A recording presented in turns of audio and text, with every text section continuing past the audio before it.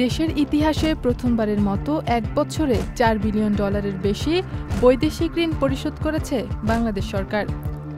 2024-25 অর্থবছরে পরিশোধ করা হয়েছে মোট 408 কোটি 69 লাখ মার্কিন ডলার। অর্থনৈতিক সম্পর্ক বিভাগের সর্বশেষ প্রতিবেদন বলছে, এর মধ্যে আসল ঋণ পরিশোধ করা হয়েছে 259 কোটি 51 লাখ ডলার, আর সুদ বাবদ ব্যয় হয়েছে 149 কোটি 18 লাখ ডলার। আগের অর্থবছরের তুলনায় এর পরিমাণ 21% বেশি। অর্থাৎ বৈদেশিক ঋণ পরিশোধে এবার বড়সড় লাফ দিয়েছে বাংলাদেশ। LME সার্টিফাইড বিশ্বসেরা কপারে তৈরি ওয়ালটন কেবলস, যা আপনার স্থাপনাকে রাখবে সব সময় নিরাপদ।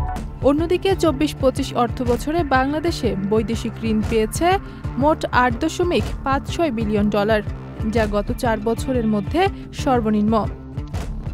ঋণ প্রতিশ্রুতি এসেছে $8.32 বিলিয়ন, যা আগের বছরের তুলনায় 22% কম।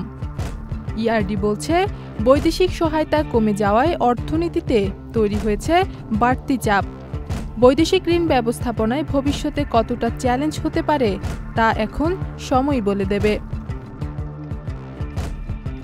ইথিলা কবির প্রমা, চ্যানেল আই।